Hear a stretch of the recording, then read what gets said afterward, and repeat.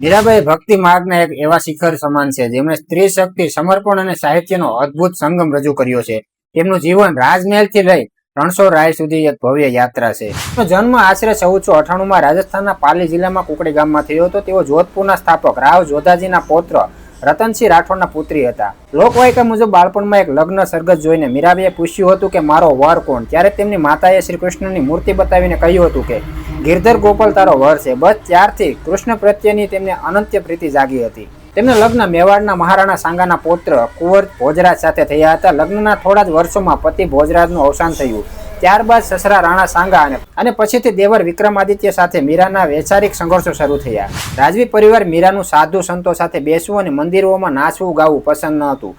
તેમને મારવા માટે ઝેરનો પ્યાલો મોકલવામાં આવ્યો હતો, જે મીરાએ હસતા મુખે પી લીધો અને કહેવાય છે કે તે અમૃત બની ગયું હતું. મીરાબાઈ સાધુ વસ્ત્ર ધારણ કરી વૃંદાવન છેલ્લે દ્વારિકામાં વસવાટ કર્યો હતો.